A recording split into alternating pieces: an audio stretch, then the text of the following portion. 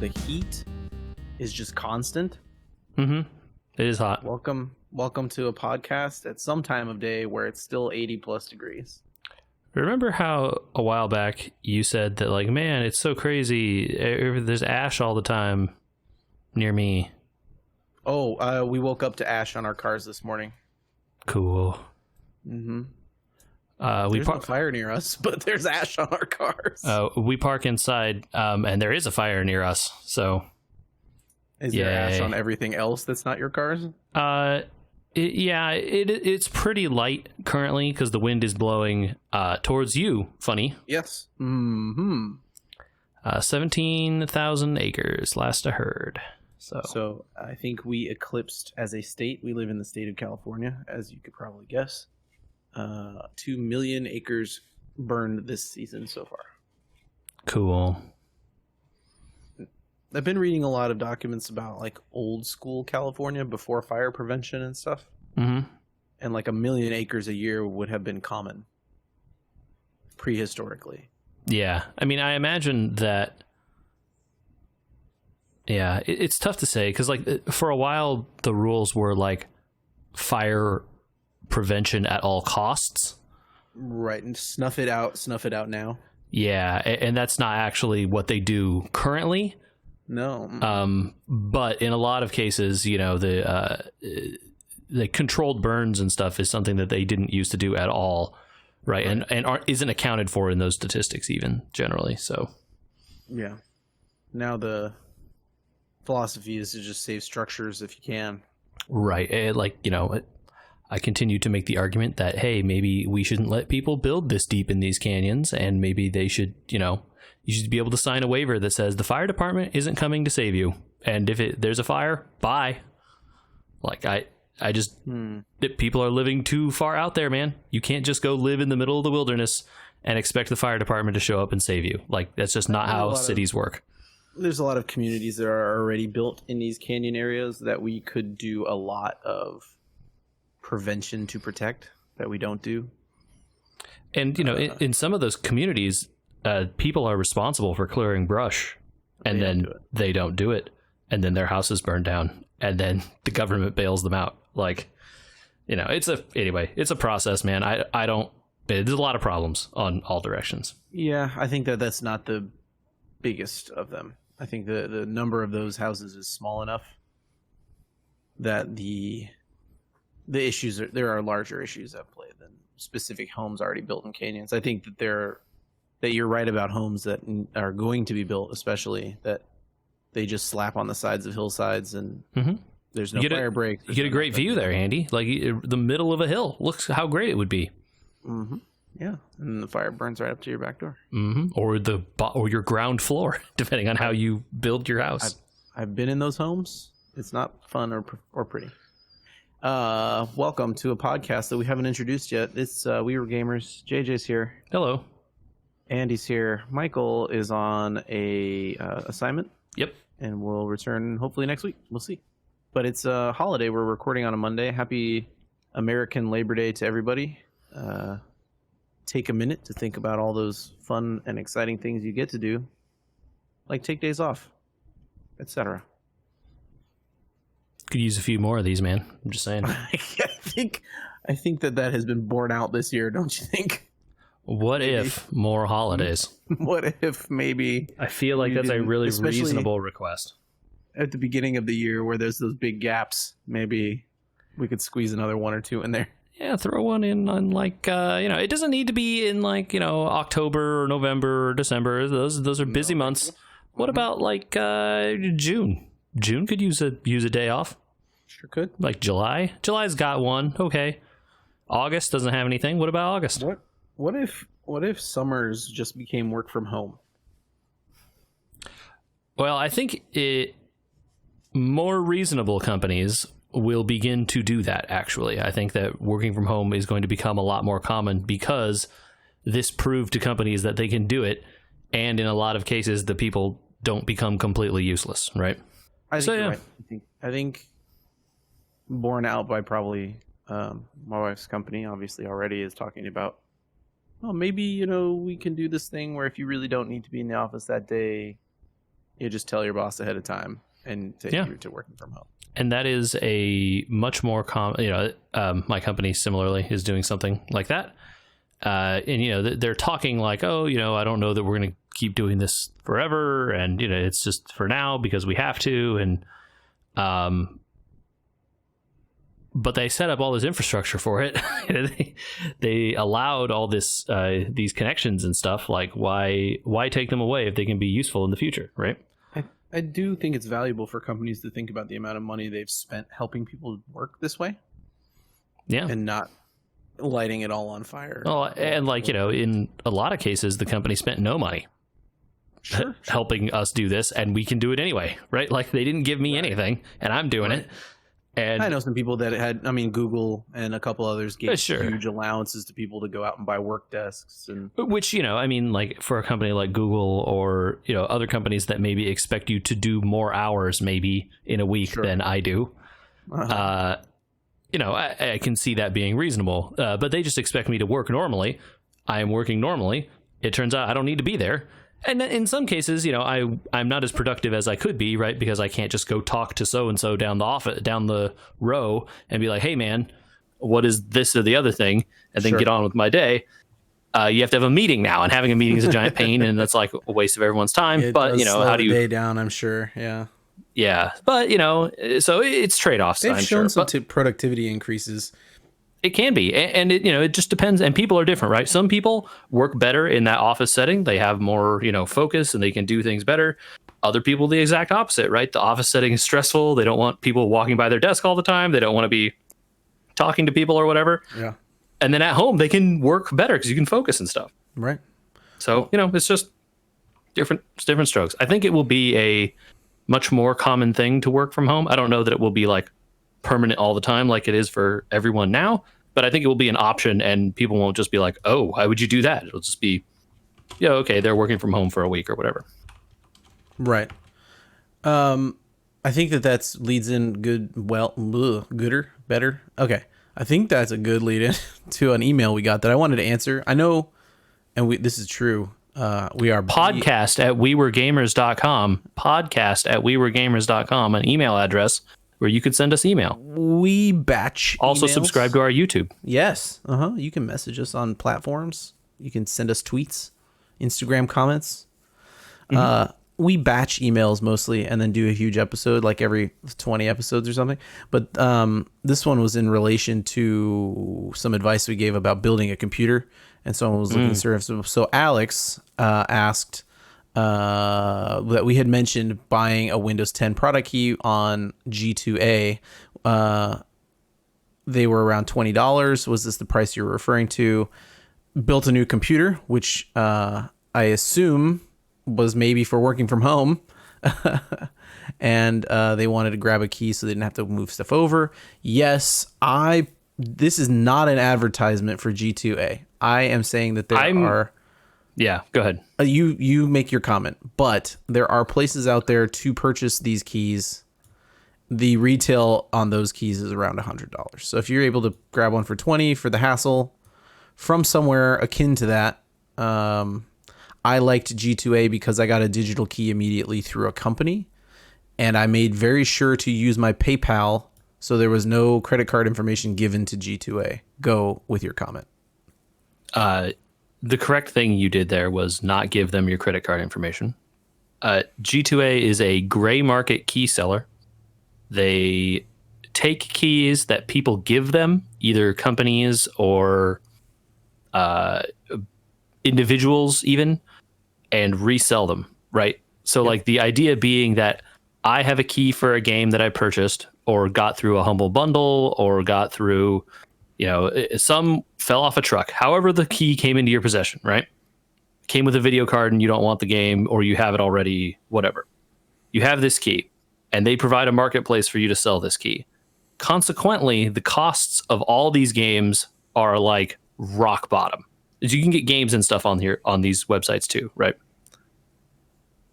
And then that part is not so bad, right? Where it's like, this guy has a key, you sell the guy a key, you buy the key from that person. Okay, right? It's like eBay in that way. That's not the problem.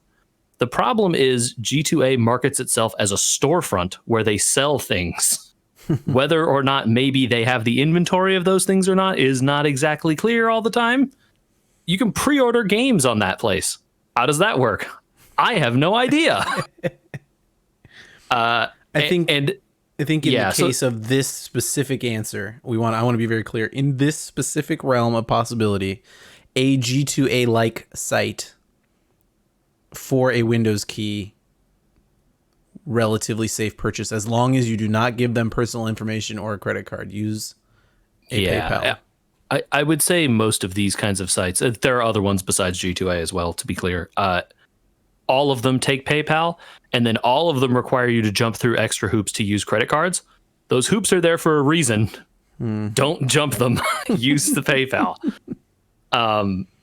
Yeah. So, and if the keys go bad or they're not delivered when they're supposed to be or whatever, your options for getting your money back are pretty bad. Yeah. And that's pretty bad. Yeah. One of the benefits of the G2A over some other sites that are similar, especially like an eBay, is that they, in theory, send you your key immediately. You can try it out right then, and then you might have some repercussion versus an eBay where you could spend weeks trying to chase somebody for a key.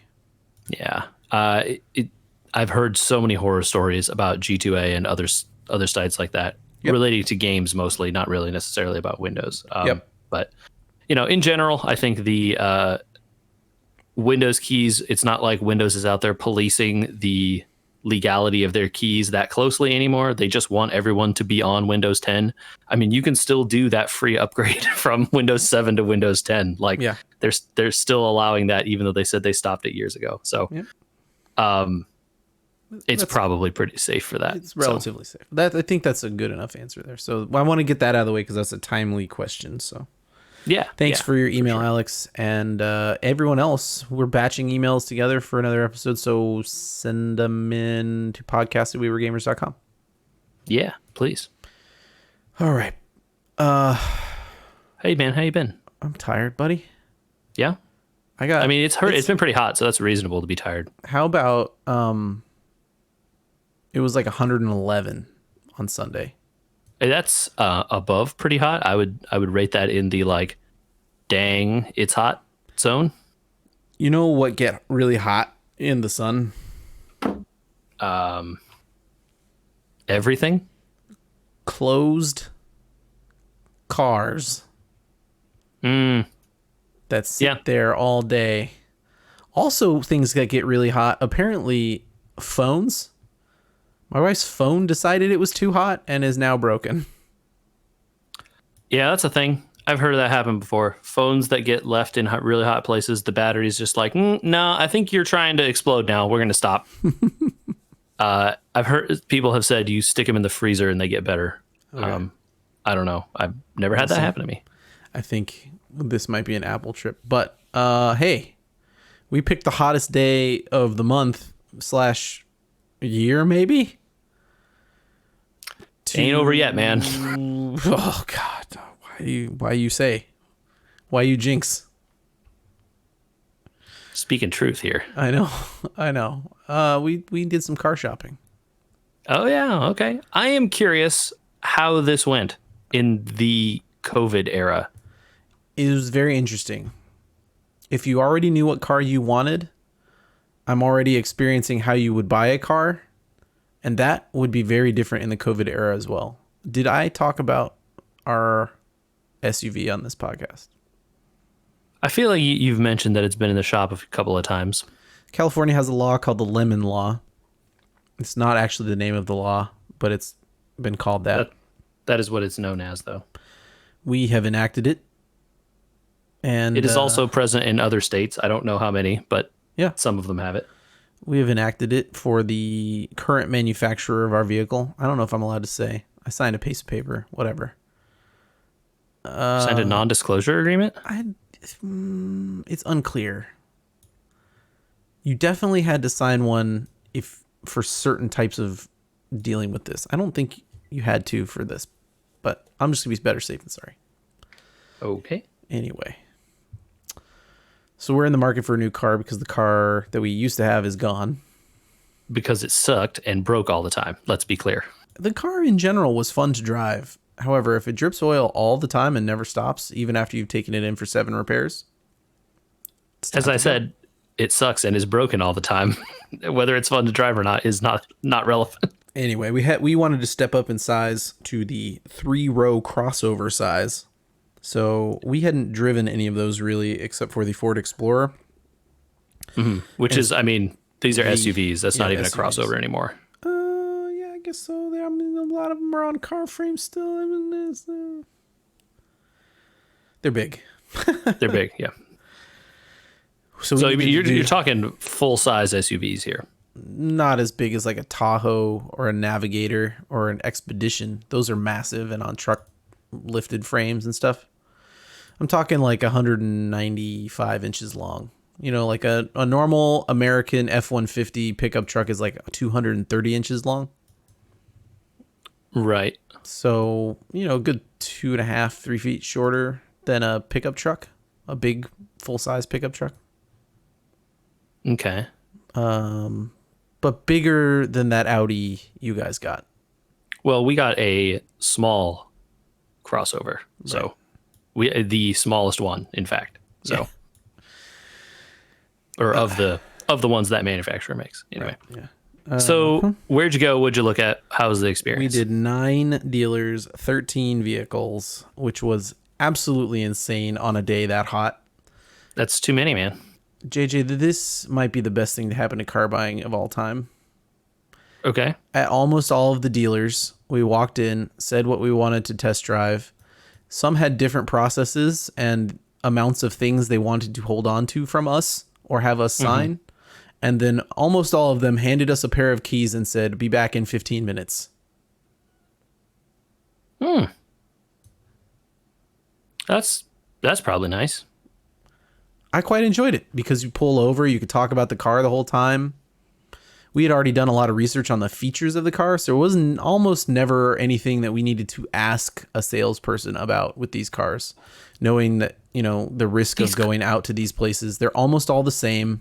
That's what I was just about to say. The features parity is pretty common, I imagine, right? It's not like, oh my gosh, this one brand has 10 features that aren't on the other ones. No, it's all about how you buy them and at what cost.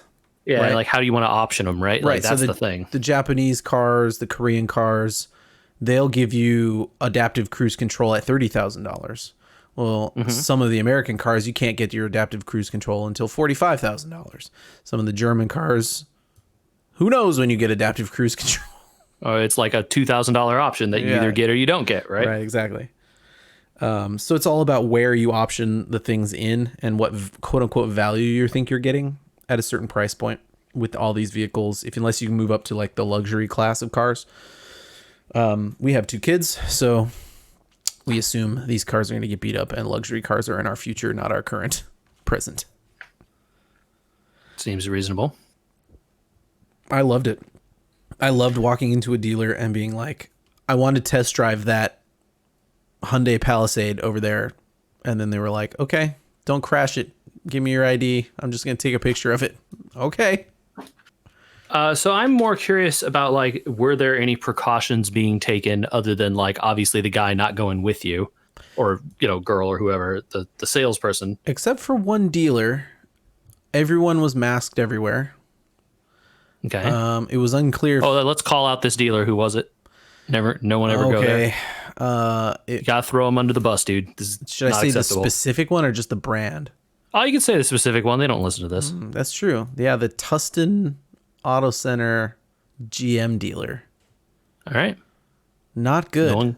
No one. Not good. Chevrolet or GM? Not Chevy. specifically? GM specifically. Okay. Yeah. Don't go there, people. That place sucks. It was very odd. It was like I was taken aback, and that was the one where they wanted to ride with us, and I'm like, "You're not wearing a mask. I don't." Yeah, absolutely not. No. It's okay. Their car wasn't as fun to drive, and it was very small. Okay. So let's see. Bye, Felicia. Yeah, bye. We did 9 different brands. I don't know if I need to list them all. It's kinda Hey, boring. you know, you could list maybe we list the finalists or whatever. The finalists, if you yeah, we're got down to top. that many. We're down to a top 4.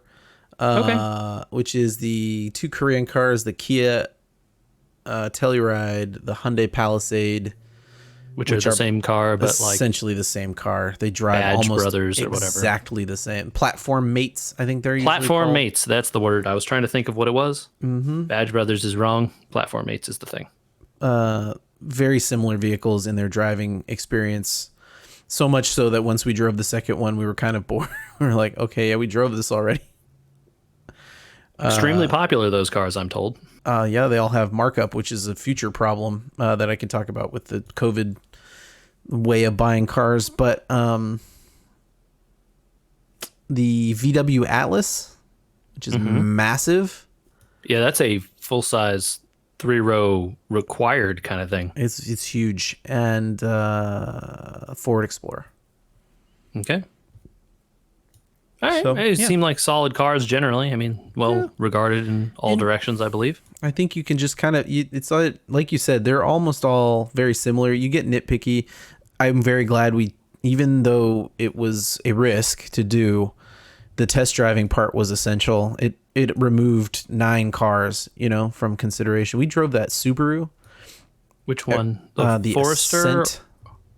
Okay, the bigger one than the bigger Forester one. then. And I know people like this car, but I'm going to say right now, man, after you make a tight and quick turn, I've never felt a car wobble afterwards. Body roll, huh? Not even body roll. Body roll is a thing that you can fight and know that it exists, especially with all-wheel drive. It's actually something you can kind of lean into. But when the car straightened itself out, it just rocked between its suspension left and right. Whoa. Yeah, and I could maybe 1/8 turn the wheel. That was the amount of play in that car before it started turning. Not Weird. good. Yeah. It should be tight, Back when we were looking at cars, we test drove the Forester, and my wife liked that one quite a lot. It's a smaller car. It's built on a better frame, I think, for that size vehicle. It's not as tall. I've driven a Forester before, and I've ridden in a couple, and they are a much tighter vehicle, I would say, in terms of because I was going to say I drove it for 2 blocks or something, and I did not remember any of this. So yeah, the must just be endemic to this one in specific. I just think this class of those. I mean, this Ascent is on an Impreza frame. I think it's too small of a frame. It just can't handle the size of the vehicle they stuck on there. Okay, crazy. That's my opinion. I'm not a car reviewer, but that was kind of the experience with the 9 cars we took off the list. It was like you'd sit in one and be like, well, this is the upper trim. It's not as good as the lower trim on that other car we saw. I think I know you weren't looking at the luxury ones. I think you would have been surprised at how many features are not on the luxury ones standard. I am not surprised by that. I priced a Cadillac XT6 to the same specs as the cars that we ended up liking to see if we needed to go look at some luxury brands. I had to get to like $66,000 before I could finally add in blind spot protection. The safety stuff that is free on some of the family and like Japanese brands, and I guess I don't know if they're on the Korean brands, but Absolutely. the Japanese brands I know for sure, like Toyota and stuff, have like tons of safety tech on the base model, like the one that's $28,000. That is like a $2,000 option on a luxury car, which is insane. Like, why do you have to pay extra for like blind spot monitoring and like lane keep assist and stuff that's like, it's literally on a $28,000 It really does make the RAV4. Yeah, it makes the buying process, especially for a lot of the luxury German and American cars, feel extremely archaic, for sure. It ends up becoming like it's just a game, right? Because the ones that without those options, there are none of those on the lot. Exactly. That's the game. And so then it's like, who cares even? Like, why is it even an option? Every dealer has every one of these options. And so then the base price isn't whatever, 40 something thousand, whatever they said. It's actually 52 because all of them have all these options. Like, anyway, I hate that. They get all you. right. So you got down to 4. Got down to 4, and a lot of these are kind of popular or in limited stock due to the production facilities and COVID and all that kind of stuff. Yeah, cars are hard to get off boats right now. So the process is trying to find one that's not marked up because I'm not a sucker. Right. I think it's... Pay MSRP, dude. I mean, you could, but you could also pay under. It'd be hard to pay under these days with how short supply some of these cars are. But like definitely don't pay over. We've given... Yeah, exactly. We've given some advice about shopping for games on this show, and people love cars, and sometimes they'll pay markups, especially for something that's, they only Brand ever made new, 5,000 of these, or I'm going to get one of the first 5 VINs or something like that. Maybe that's a place that you should do that. But if you're buying a mass production vehicle off of a lot, come on, don't buy into the game of it's popular, so I need to pay extra. I think even like if they're making 5,000 of them, that's not that limited. Yeah, that's not that limited. 5,000 is a big number, man. Like they're making a lot of them. You can buy that means they're going to make 5,000 next year too, and the year after that. Yeah, and yeah. So I will talk about services I've used in the past. I have I don't know if you guys are members of a credit union. Mm-hmm. My credit union has a car locator service for free as part of my membership. You call them. I've only ever dealt with one lady there. I don't know if there are more people at this company or not, but anyway, I've dealt with this lady, Cheryl, and she calls, like, you tell her like, hey, I want this car, this year, or, whatever. These are the options I would like, but I'm flexible, and then she goes, okay. And then calls you back next, 2 weeks later with, here's 3 dealers that have that car. Here are the prices they're willing to give. You can sign with any of them and it's done. That's a pretty good version of that service. Yeah, it's pretty nice. And normally fees are charged for these people, like maybe it's a couple $100 or whatever. But since it's part of my credit union membership, I don't pay that. I think there's a couple others. Car Pros is a radio show, and they have one of these types of like services. Yeah, the car locator services, I think, is kind of what they're called. There are several of them out there. Costco has a version of this that you don't do a locator. You just contact the internet sales managers at these dealers. You ask if they do Costco, and you can ask to see a Costco invoice, which is usually somewhere below or at MSRP, depending on the vehicle. Sometimes the dealers, hearing that you have Costco, will try to beat that price by like $100 or something, so that you feel like just closing the deal. Yeah, it's and then there's all this stuff. I read like how to be a like really hardball negotiator. I watched a YouTube video on this because I was bored one day, and the like hardball negotiating stuff for cars is so different now because it requires you to have knowledge of things that like aren't necessarily like public knowledge to you, right? Sure. Like if you want to absolutely get the rock bottom price that despite whatever that guy tells you, right? The salesperson will say, oh, this is the lowest I can go. No chance that they're telling you the truth, right? That's just not how it is. And there's no reason they would ever want to really sell you the rock bottomest price unless it's like, a car that's been sitting on the lot for a super long time, a really unpopular color, something that just like no one actually wants. Right, of course. Right. Mm-hmm. And so, to get like these super rock bottom, really cheap deals that people talk about online, like it requires you to actually like talk to people and to know what like the markup rates are in the dealers, you and have like to be flexible in what you want too. You cannot buy absolutely, and you have to be willing to be like, you know what, no, and then just leave, right? Like, yep, you can't buy a popular car. You've got to buy a color that has been sitting on a lot, which you may not like as much as another color. Stuff like that. Like you need to be the guy that wants that like fluorescent orange one. Well, that free advertising right here. Doug DeMuro guy that you listen to bought a 2-year-old Stinger off of a lot in cherry red. Yep. Not a popular car, not a popular color. And a badge that is not necessarily thought that well of, but apparently it's a like super great car according to him. Yeah, they nailed it with that. Their SUV is the #1 SUV in the world right now. Yeah, so I mean people are sleeping on Kia and Hyundai, but that Telluride / what was the other one? Palisade. Mm-hmm. Palisade. Are flying off the lots. They can't keep them.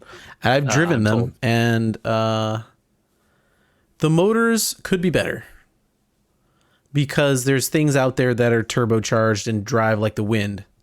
Sure. But you're not buying this to be like, I mean, I would enjoy driving it more if it had 400 hitting 100 on the highway, right? If it had 400 horsepower, I would enjoy it more. Sure, me too. But if it had, also, if it had a V8, that would be great. Cool. Sure. But also, but in the real world where we live, right, where exactly. you're getting a minivan alternative, it's got 275 horsepower and it's aspirated naturally, which means that it's got a very nice, even power band. You just sort of press the gas and it revs up through the gears nice and smooth. Unlike, a few of the sport SUVs where it's like jerking you every time it shifts and all sorts of stuff like that. But gotta let the VTEC kick in, bro. Jesus, we tried the Honda Pilot. It was not good. But the car buying experience is kind of different. So that hardball stuff doesn't really exist because no one's going to the dealer to well, that's not true. Some people are going to the dealer to negotiate. It's a lot less though. But right? almost no one is going to the dealer to negotiate. You're doing it via email and they know you're emailing 10 other people. So they'll just say, this is the price I'm going to sell this car for. And that's it. Like there's no reason to keep going back and forth. Yeah. That's so much better, dude. Plus with an email offer, you can just be like, I see this in writing. Yeah. Like I can sleep on it, right? Yeah. Like, I don't have to walk away. He doesn't have to say, I can't give this to you if you leave. Sure. And which you can is show up thing the next day to and they won't be like, oh yeah, but we added all these things to the car now. It's like, no, that's not what was on the paper. Sorry. Yeah. This email says, here's what I got and nothing else. So how about that? I think this will change things for the better in the industry. I think the internet, quote unquote, internet salespeople, I don't know why they make that distinction, but they do, are going to become the more valued members of the dealerships as it goes forward. I think it's a generational thing as well too. Our generation is starting to, is becoming older and is buying more cars than our parents' generation, who were, more versed in that wheeling and dealing kind of talking to the guy and making a deal thing, I feel. Mm-hmm. And the people who grew up with the internet are now kind of just like, what if you sent me an email? What if we just did this thing where you told me your price and we just did that over email and then we signed papers? So apparently whoever we sign with at this point, they all have these digital platforms too. And you do all your paperwork at home and then you come in and get your keys. That's pretty cool, man. Yeah. Pretty cool. Mm-hmm. The car we bought was before this COVID stuff, and we did all the like preliminary stuff through email, and then he showed up at our house with the car. We signed the last papers and then kept it. Sweet. That's a good deal. Yeah. You didn't have to wait in front of a finance office for 2 hours like we did when we bought our last car. Didn't have to do any of that. All that stuff happened on the internet, and then we had to sign a waiver allowing him to drive our car to us. Right, sure. In case he gets in an accident on the way to you. Yeah. But then, we get there and it still has all the like tape and the like the seat covers and stuff on it, because did someone come with him, like a courtesy vehicle or something to pick him up? No. He took an Uber. Just Uber back? He left. We're like, dude, we could drive you to like somewhere. You don't need to just hang outside our house. Yeah. Like what? He's like, no, man, it's all fine. He came from far away, by the way. It was a relatively long Uber back. He's like, I don't care. They're paying for it. I'm like, all right, dude. Nice. It's like a 2-hour Uber, I think, for him. Whoa. Yeah, he came from Riverside, man. Wow, good for him. So anyway, it was a good experience, and I want more experiences like that buying cars than the like sit in a dealership for 2.5 or 3 hours talking and going back and forth. Who needs it? Who needs it? It does not need to be that anymore. You're spending so much money. On these vehicles that are supposed to last. I mean, some of these vehicles have like 7-year warranties now. I'm gonna spend 4 hours of my life just arguing about like what to put. It's not that type of experience. Yeah. Ugh. The old ways, hopefully. I have a car adjacent topic. Okay, car adjacent. Got it. Yeah. We were in our car for several hours last night because we went to the drive-through. Sorry, drive-in. Drive-in Okay, movies. which wheels did you take? We took It's important to the know. The SUV the or SUV. not? Okay. The SUV, yeah. Okay. SUV to the drive-in. Michael's done this a couple times. Mhm. Enjoyed it. Thoughts? Did you listen on the radio? Is that how that works? Yes. Okay. Hot? You could listen. You could listen on any radio, I suppose, if you brought like a handheld radio. I saw some people with those. Oh, cool. Your car radio is fine as long as you can keep it from turning off, Good point. which is the thing. Yeah. But so in a lot of cases, though, right? Like it was pretty warm at the beginning. By the end, it was cooler. But also by the end, there were a lot more cars there. So like our nice breeze had been blocked by another car that came up next to us. Oh no. Yeah. And then like we didn't really want to. We tried to. People were trying to do kind of like one every other and like leave spaces in between. So you can see the screen? It wasn't the screen really. They were trying to like space people out a little bit. Okay. I mean, this place was not full, right? So there's really no reason to be parked next to anyone when there's like tons of space. But then, of course, like 70% of the way through the movie, this guy pulls up and parks right next to us, which great. Coming in for the next showing, maybe? Yeah, probably right. Because every drive-in is like a double feature. You get the first movie, and then you get a second movie, and then the first movie repeats generally. Mm-hmm. If it's short enough, or if like if it's too long, they What were only your do movies? 2. Our movies were Bill and Ted Face the Music, Whoa. and then Spider-Man Far From Home, which we did not stay for. Okay. And then I guess we could have seen Bill and Ted again if we had stayed even later, but we weren't planning to stay like that late. I don't know which to ask about first. What's the screen like at a drive-in? And then we'll get to Bill and Ted because I gotta know. I mean, the screen is fine. It's it's up there. Your car kind of like rocks up onto a little hill, so you're kind of angled up a little bit, so you can kind of like lean back a little bit in your seats to watch it. Because no one has reclining seats. You can do both. It gives you a better viewing angle to be angled up a little bit so that you're not dependent on the height of the car right in front of you, right? Oh, okay. Gotcha. Anyway, it didn't really matter anyway because we had a pretty good view. That was not really a problem. They kind of have the front rows reserved for cars. Okay. So like if you brought your sports car, you'd get to go in the front. Probably, right? Gotcha. I think we were at a perfect location. I would not want to be much closer. I feel like I would be craning my head up pretty much Gotcha. as you got too much closer. But yeah, Bill and Ted, that was a fun time. Okay. Did it live up to... There wasn't much hype because the movie theater is closed. But Right. Did it live up to your hopes? Did it live up to our hopes? You've got all our dreams on your shoulders here. I enjoyed it. I had recently rewatched those other 2 movies. Look, it can't recapture the magic, right? It's not Bill and Ted's Excellent Adventure, It's never gonna be. It's never gonna be. But it's still fun. And Bogus Journey is a like really different film than Absolutely. the first one, and it's still funny, but it's like it's so 90s. I don't know how to explain it, right? Like that movie has a bunch of like really dated references. It does not hold up as well as the original does. And like there's some jokes that are kind of like, okay, like this is kind of cringy now. And this thankfully doesn't have that, right? Like there's, they reference some like musicians and stuff who, maybe are popular now, but like it's fine. Like they, it's not like they're pulling out like one specific 90s dude like they did in that movie. Right. Yeah. Good point. And it's not full of like weird in jokes all the time, although there are in jokes if you really know what the other movies were about. Mm-hmm. But I think it started out slow, and then like by the end of it I was like, all right, like yeah, I like this is fun. Okay. So yeah, it was good. I had a good time. It was just nice to go and sit somewhere and watch a movie, like a new movie that we hadn't seen before. And you could, because it's a drive-in, you can bring your own stuff.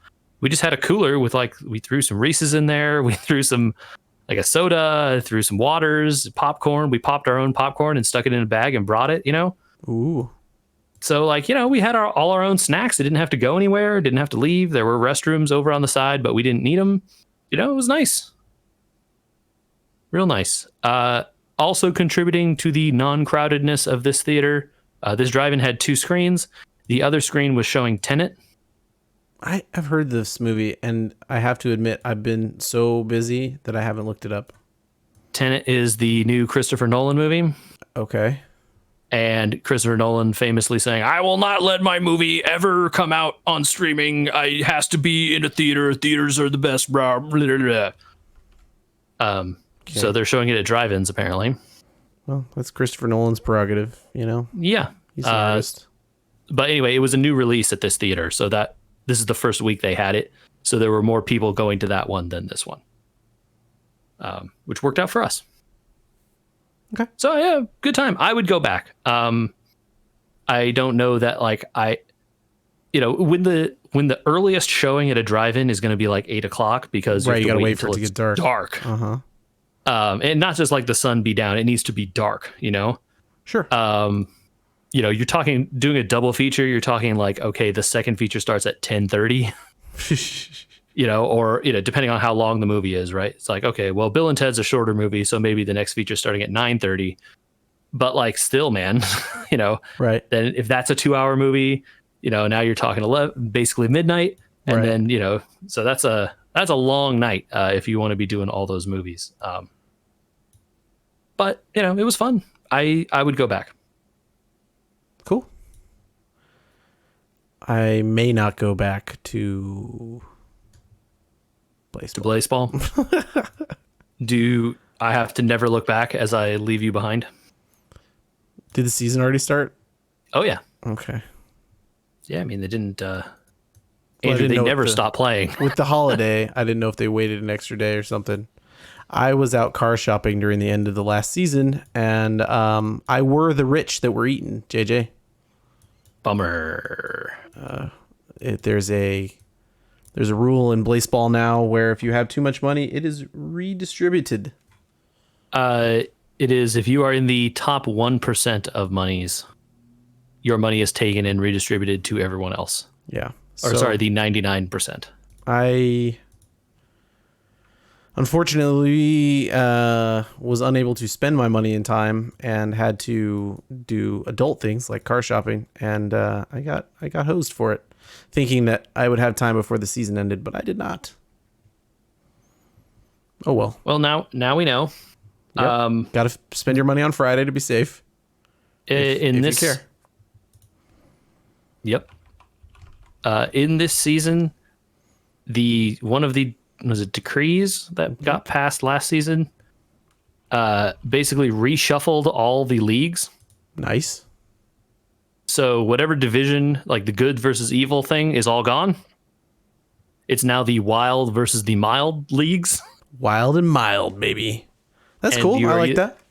You're either the wild high or wild low, and mild high and mild low. So as the Hades Tigers are now part of the mild high division. Mild high. That's right, man. Mild high stadium. Yeah, and so our new what is the word? Our new league mates are the Canada Moist Talkers, the Kansas City Breath Mints, Dallas Steaks, and Seattle Garages. Not so great, but not terrible. I'm happy we didn't get stuck with the Crabs, who look like they are going to be unstoppable this season. Oh boy. They got some sort of bonus, I guess. They got a bunch of the blessings this season. Oh no. Yeah, so it's going to be rough. Mm-hmm. There's a bloodbath going on in that. What does that mean? In the bloodbath each season, teams that are blood donors will donate stars to a division opponent that finishes behind them. What is a star? Oh, like one of their your players' stars. Oh, that's not good. Yeah, unclear how many stars are being being donated there. So you basically, the teams in front end up giving up stars from their players to the teams behind them. Oh gosh. That sucks pretty bad. Yeah, that's terrible. But also they introduced new ways to make money. Oh really? You can pick an idol, Okay. an idol, IDOL. Idol. Yeah. All right. And you pick a player from any team, and then you get to buy upgrades for your idol that essentially allow you to earn coins when that player does things. So you can earn coins when your player gets a hit. You could earn coins when they get a strikeout, coins when they get a home run, coins when they pitch a shutout, stuff like this. Okay. And that's all new things to spend your coins on to help you earn more coins. Who'd you pick as your idol? Jessica Telephone. I mean, come on, that's really everybody's, right? That's got to be everybody's. I mean, it's got to be popular, but you don't get a ton of coins per hit, right? So, like, I'm currently getting 20. I currently earn 10 coins per hit. And that is a thing you can upgrade, I guess. Yes, you can. Yeah. I see. Has the website started working any better than it's been working before? I mean, I haven't really been having problems with it, so I don't. Okay, I have some trouble where like I have to keep relogging in to be able to place my bets and stuff. Yeah, it doesn't remember my login most of the time, but once the login gets in there, it usually is okay. Okay. But yeah, Blaseball still crazy, man. As much as the craziness around it is crazy, it hasn't changed what you do really, which is look at the percentages and bet. You know? Mm-hmm. I don't know what else you're supposed to do. The decrees from this season are pretty hot. There is a enhanced party time decree for when a team is in party time. Party time in Blaseball is when you are mathematically eliminated from the postseason. Why did they not tell you what the decrees did last season? Or I think they didn't want people to like be strategizing about what they could pick because they were going to shuffle the leagues and they didn't want people to be like trying to game it. Ah, got it. Okay. I think no matter which of the decrees went into effect, unless the do nothing one went through, they were going to be shuffling the leagues. Oh, okay. Interesting. Because I think the parallel one happened as opposed to the diagonal one. It's just which changed how the leagues got shuffled. Probably, yeah. And then there was a do nothing, right, which also could have done something. But enhanced party time is you have a chance of receiving random permanent stat boosts during party time games for teams that are mathematically eliminated from the playoffs. There is a decree called New Kids, which is incinerate the least idolized player on every team. Yes. Sounds good.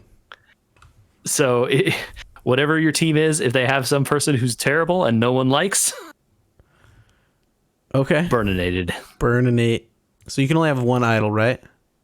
Yes. And you can change your idol also by paying coins the same way you can change your team. How many coins do you need to pick to pick an idol? I believe you get one for free at the start. Oh. But you don't earn anything for free. So you have to buy the thing to start upgrading it. I assume it's still better to upgrade your betting first. You certainly make more money betting. Yeah, certainly. Gotcha. But right on. Then you also are, you have to win the bet. I was pretty miffed about the thing, but I think I'll get over it. Losing all my money was pretty annoying, but if I'm able to claw my way back after this season and make some money, then I'll probably keep playing. It is a dumb thing to put money waste into of time. just to see like what silly stuff they're going to do. It's a complete waste of time, but it's still fun. Yeah. Speaking of waste of times that are fun, I'm starting to like a game, JJ. Hey, that's good. What's wrong with that? It has zombies in it. Oh. I think we've been over on this podcast a little bit.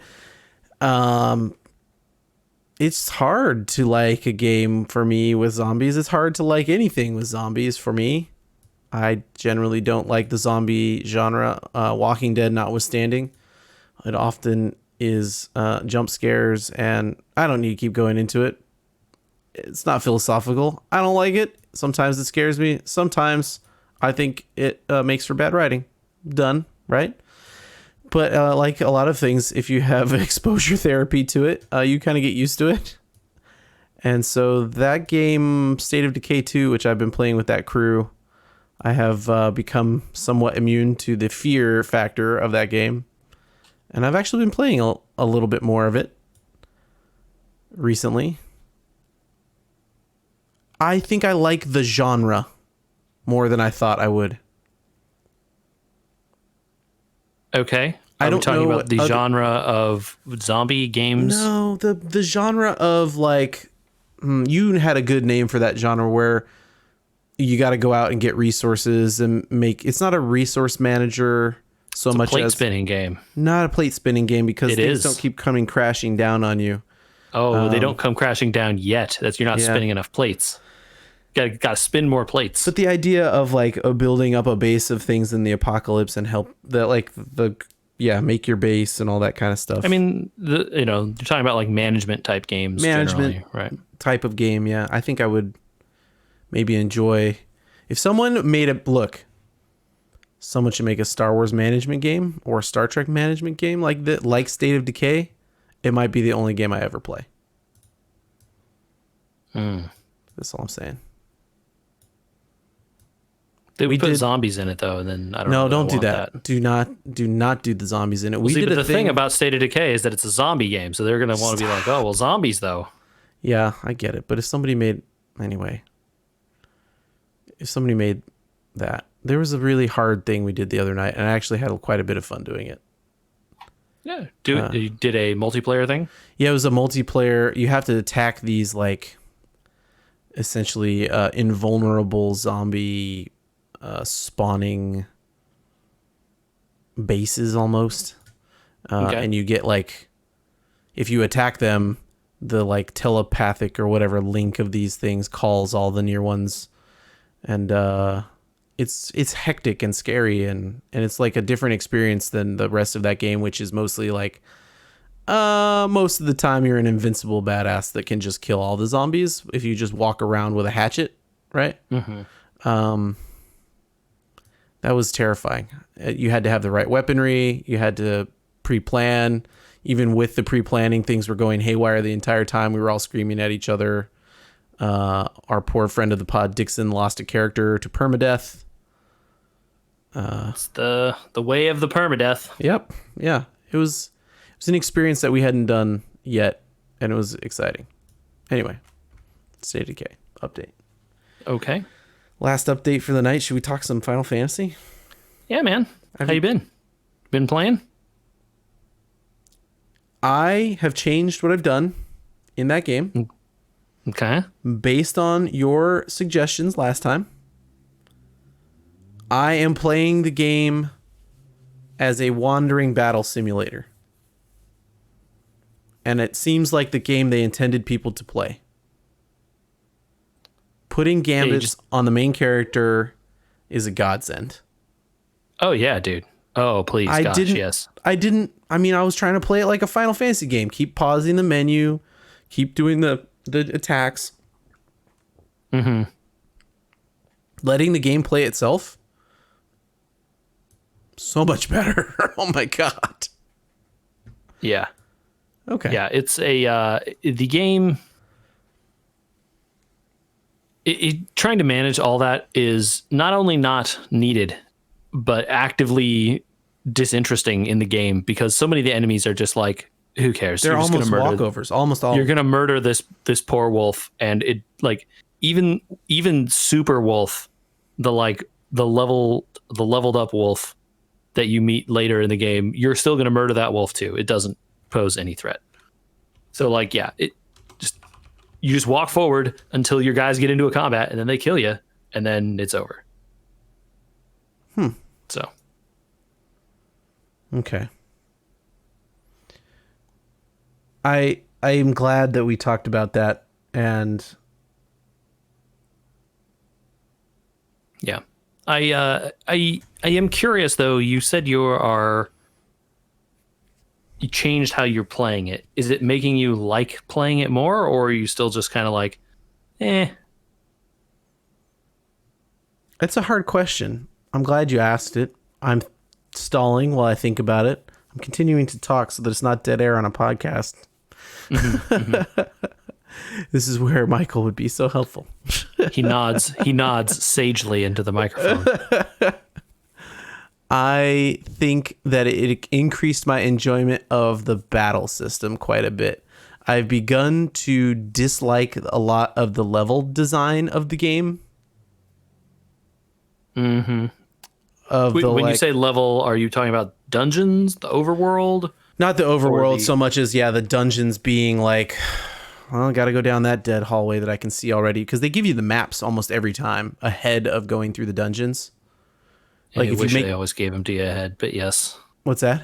I wish they always gave them to you ahead of time. Oh, interesting. Okay. Frequently, I feel that I am now finding them like somewhere within the dungeon. So you have to wander around blind for a while, and then you pick up a map, and it's like, oh, I should have gone this other way. I'm an idiot. Oh, interesting. Maybe I've made the right turn a couple times because one like hallway in, I'm usually finding the chest that has it. Or I'm just getting lucky and it's RNG. I don't know. Michael knows the answer to that. The maps aren't RNG. Okay. I find the dungeon designs to be a little bit bland. Yeah. I think I agree with that. I think there are a lot of dungeons in this game. Yeah. A lot of buildings, a lot of forests, a lot of places you're going to go. And they get a little samey. Sort of square long hallways with branches that you shouldn't go down. Yeah. And maybe you should go down some of them because there's like some cool monsters down there. But your observation last time of it's always 45 gil was completely correct. So notice I didn't say there were chests down there. That's not why you go down there. You only go down there because there's like, and actually like that's even the wrong way to think about it too. It's not because the monsters there are cool. It's because you're looking for something specific, right? Like I don't go down, you proceed along the main path if you're proceeding along the main path, right? Sure. But if you're in this cavern looking for a mark, right? Hunts have marks. Yes. Or you're there because you're trying to farm a chain of things specifically. So you need to hit specific enemies, or you're trying to do like, find some other rare monster type things that are generally found off the beaten path. Then like, there are reasons to explore around. But if you're just trying to go through the game and play the game, don't do that. Right. Sure. Kill monsters as you need to level up or whatever, so you don't like feel like you're getting crushed. But don't like just go try to look down every corner. There's no benefit. There's no benefit. And in a lot of cases, you will have to come back to these dungeons if you're trying to do all the marks and stuff, because the marks, like, you don't pick up a mark for that dungeon before the dungeon. You pick it up afterwards. So. But, there are teleport zones and stuff afterwards, so then, it's less bad in that instance. Yeah. The other observation I've had while playing it this last week is one that I think maybe we don't have a full discussion on now, but I'm starting to notice that I don't think this game doesn't feel like it's Van's story as much as a story of things that happened around this guy. We will have this discussion another time. It's astute of you to notice. Right? It feels... Yeah. I can tell you the early game, right? Like, the parts you've played, I'm sure, right? Like, you come up on this kid. Like, how does he tie into the whole clearly ties political situation? Because his brother was there with Bosch. Right. So, there's that relationship. But honestly, I am struggling to see why it matters. Like, why are they bringing him along at this point, There was definitely a moment where I was like, why does Balthier give anything about... I mean, like, obviously, like, at a certain point, he has that crystal they need. Mm-hmm. But also, why does he care? Yeah. Would this game be... I wonder if I'm struggling because I don't connect as much with Van as I do with like the quote unquote side characters. I have heard many different people posit that there are multiple other people in this game that they wish were the protagonist. Okay. So anyway, we'll have that discussion when Michael gets back, because I think there's a lot of interesting things to probe there, and some of it may be spoiler stuff for you. So I want to find out exactly how far you are before we talk about that stuff. Okay. And that'll be better to have when Michael comes back. So 10-4. Get ready, folks. We're gonna have that talk some week. Yeah. Maybe next. Who can I say? like this. I like that. I hope other people are playing along with us. And if you are, where would you send us an email? You could send that to podcast@weweregamers.com, the place we talked about before. You could also leave comments on our YouTube videos. Like them and hit that notify button on there. That's a great place. We Were Gamers on YouTube. Search that out. Please subscribe. We're also on your podcast apps: Spotify, Apple Podcasts, Google Podcasts, Stitcher, the thing. Anywhere it is, we're there. We're on Facebook.com/WeWereGamers, Instagram We Were Gamers, social media We Were Gamers. We're on there. Beautiful. We're not on TikTok though. Sorry. No, I don't want my password stolen.